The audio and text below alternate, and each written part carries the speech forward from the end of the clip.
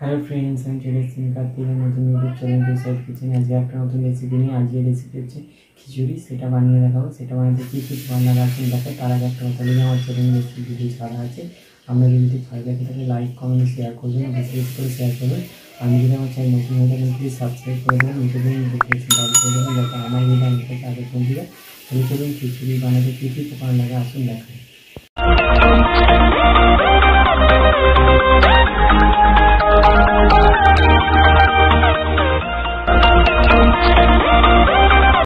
তাহলে খিচুড়ি বানিয়ে দেখাবো। খিচুড়ি বানাতে কী কী উপকরণ লাগে দেখিয়ে দেবো। তার আগে একটা কথা বলে দিই, ভিডিওটা প্রথম থেকে শেষ অবধি দেখার অনুরোধ রইল।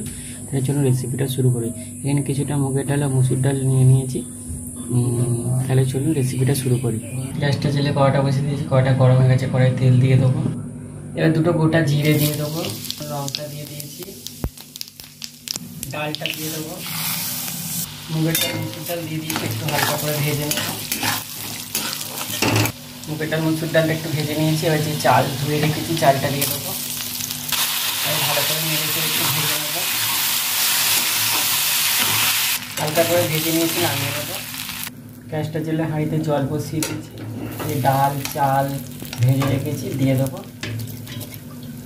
চাল ডাল দিয়ে দিয়েছি, ভালো করে সেদ্ধ করে নেবো আগে চাল ডালটা সেদ্ধ হয়ে গেছে। এটা নামিয়ে নেবো, নিয়ে মশলাটা করে নেবো। জেলে কড়াটা বসিয়ে দিয়েছি, কড়াটা গরম হয়ে গেছে। কড়াই তেল দিয়ে দেবো। এবার কেটে রাখা পেঁয়াজ টমেটো কাঁচা লঙ্কা দিয়ে দেবো,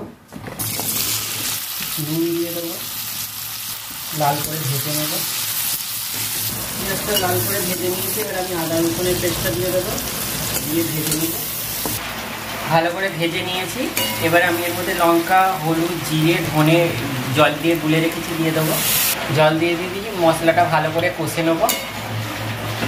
মশলাটা কষে নিয়েছি, মশলা থেকে তেল ছেড়ে গেছে। এবার আমি এটা নামিয়ে নেবো, নিয়ে খিচুড়িতে মশলাটা দিয়ে দেবো। হাঁড়িটা বসিয়ে দিয়েছি। আমি এবার যে মশলাটা করে রেখেছি দিয়ে দেবো খিচুড়িতে। ভালো করে নেড়ে চেড়ে নেব। আমি খিচুড়ির মশলা করার সময় নুন দিয়েছি, আর নুন দেবো না।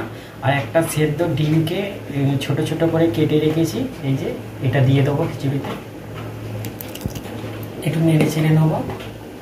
খিচুড়িটা হয়ে গেছে। আমি আবার একটু ঘি দেবো, দিয়ে খিচুড়িটা নামিয়ে দেবো। দেখুন আমার সেদ্ধ ডিম দিয়ে খিচুড়ি রেসিপিটা হয়ে গেছে।